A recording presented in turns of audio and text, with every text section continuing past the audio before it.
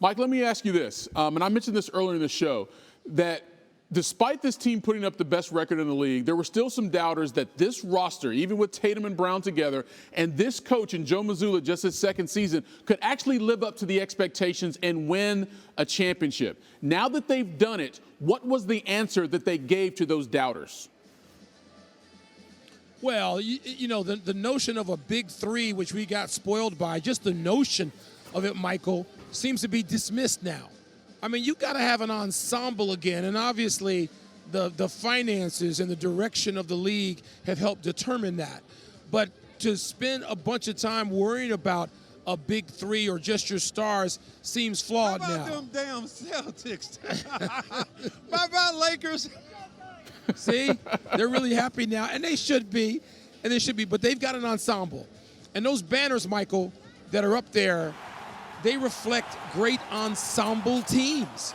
I mean, people talked about a big three, obviously, with Larry Bird, Robert Parrish, and Kevin McHale, but that team also had a Hall of Fame guard in Dennis Johnson and a Hall of Fame guard in Danny Ainge. So you need a complete team. The Celtics, these Celtics, they put together a team, and it wasn't just Tatum and Brown. You look at Derek White and his contributions. You look at Drew Holiday, who is now a two-time champion. Porzingis in the trade. I know there were some missed games. Al Horford. That's an ensemble. And I think that's what we're going to see more and more of in the NBA. And it's going to be a redirection in terms of how you assemble teams and amass talent. Got to give Brad Stevens a lot of credit for orchestrating this roster in a fashion that he believed could ultimately win a championship with those two stars in the middle of it. We saw Cedric Maxwell come by. Of course, he's won championships there in Boston. He was the Finals MVP back in 1981. 18 total now for this franchise. They moved one up from the Lakers. Even Magic Johnson put on social media he was upset now that they trail the Celtics in number of championships. From a franchise standpoint, Mike, in the history of the game, what does it mean for Boston to finally win another title for the first time since 2008?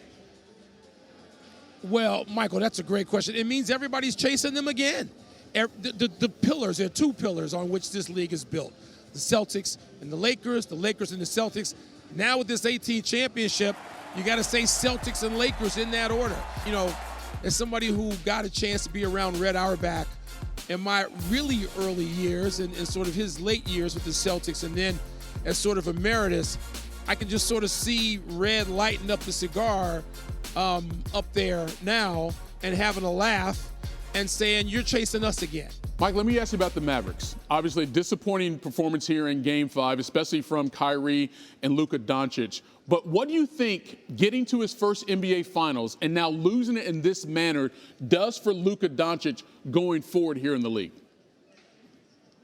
You would think it would be motivational. Just like we heard Jason Tatum after this championship win talking about what it did to him, the disappointment in losing the championship round 2 years ago to Golden State. You would think he would do the same to Luka Doncic, who's as talented as anybody in this league. But there's some things he's going to have to work on, which became underscored during this playoff, this final championship round. I mean, there's going to have to be some discipline. This is a league where all of the greats, they all had disappointment. Postseason, not just disappointment, but heartbreak. And so Luka, I'm guessing, is experiencing that now. How's he going to react to it? How's it going to motivate him, push him, make him angry, make him obsessed? The greats in this league are obsessed with winning. And so I think that Luka is a guy we're going to talk a lot about in the offseason and all season next year. Yeah, sometimes your best lessons come from failure more than success, and maybe that would be the case for Luka as well. Mike, we appreciate the time, the work all season long. Enjoy those summer tea times, my man. Thanks, Michael. Appreciate it. I'm on